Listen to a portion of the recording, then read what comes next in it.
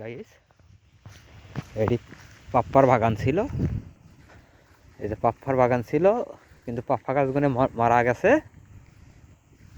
এই যে দাও, আবার এই যে লাউ গাছ, পানি লাউ, তাকে বলে জাতি লাউ, বোনা হয়েছে।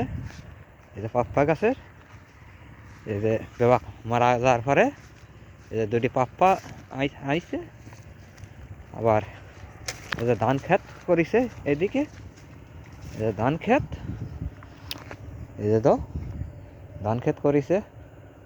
আশা করি আমার এই ভিডিওটা আপনারা লাইক, শেয়ার, সাবস্ক্রাইব করে দিবেন। এই যে দাও কত সুন্দর বাগান।